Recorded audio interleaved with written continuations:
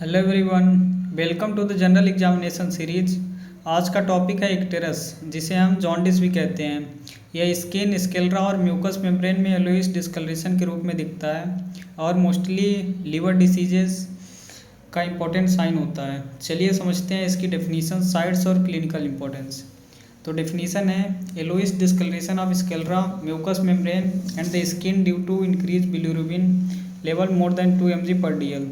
Normal 0.8 mg/dl तक होता है, इससे देन द 1 से 2 तक लेटेंट रहता है। इसके बाद जॉन्डिस दिखने लगता है मोर देन 2 mg/dl तक।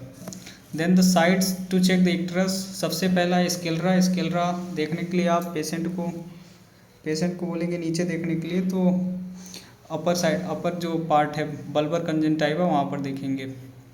देन द अंदर टंग में दिख जाएगा, एंड पाम एंड सोल्स। तो स्क्लेरा में क्यों होता है? क्योंकि sclera contains elastin fibers that have the specific affinity for the bilirubin, और sclera cover by conjunctiva. Then the conjunctiva एक ट्रांसपेरेंट रहती है, इसलिए जो स्क्लेरा में डिपॉजिट रहता है बिलिरुबिन, वो दिख जाता है। एसोसिएटेड फाइंडिंग्स, पेलर अगर इक्टेरस प्रेजेंट है तो पेलर पर कमेंट करना सही नहीं रहता है, क्योंकि येलोइश डिस्कलरेशन की वजह से पेलर उतना क्लियरली दिख नहीं पाता है। Then the hepatosplenomegaly and the ascites. Then the pleuritis in obstructive jaundice. Then the cause of the icterus, 3 causes होते हैं, pre hepatic, hepatic and post hepatic. Pre hepatic को हीमोलिटिक जॉन्डिस बोलते हैं। कॉज क्या है? हीमोलिटिक अनीमियाज हो गया, malaria, hereditary spherocytosis, sickle cell anemia. Then features क्या रहेंगे? माइल्ड इक्टेरस रहेगा, स्प्लीनोमेगाली रहेगा, और no bilirubin in urine because unconjugated bilirubin बड़ा रहता है, जो वाटर सॉल्युबल नहीं है, इसलिए यूरिन में नहीं आएगा। हेपेटिक जॉन्डिस में क्या होगा? इसे बोलते हैं हेपेटोसेलुलर जॉन्डिस। कॉज रहेंगे hepatitis, cirrhosis, hepatocellular carcinoma.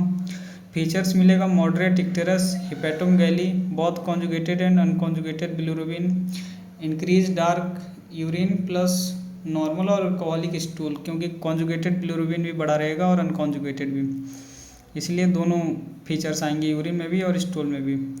Then the post hepatic में ऑब्स्ट्रक्टिव जॉन्डिस बोलते हैं। कॉजेज क्या रहेंगे? Gallstone, carcinoma of head of pancreas and biliary atresia. Features क्या मिलेंगे? Deep yellow greenish icterus and intense pruritus and the pale clear colour stool, dark urine due to increase the conjugated bilirubin and the stretch marks जो भी होते हैं।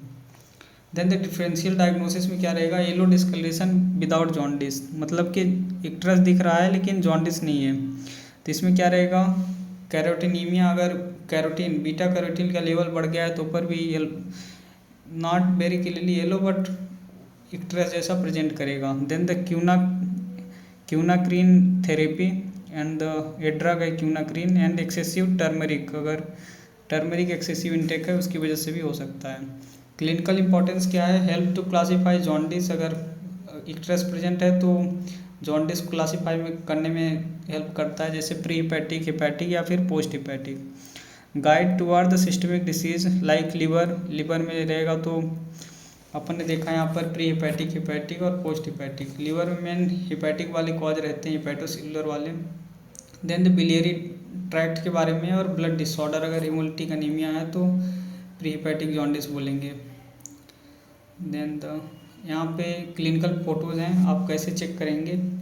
तो अपर जो है icterus present होता है बल्बर कंजंक्टिवा में, कंजंक्टिवा ऊपर से कवर रहती है, अंदर स्क्लेरा में क्या होता है? इलास्टिन फाइबर्स होते हैं जिनकी एफिनिटी होती है बिलिरुबिन, मतलब हाईएस्ट एफिनिटी होती है देन स्किन, इसीलिए यहाँ पर सबसे पहले विजुअल हो जाते हैं।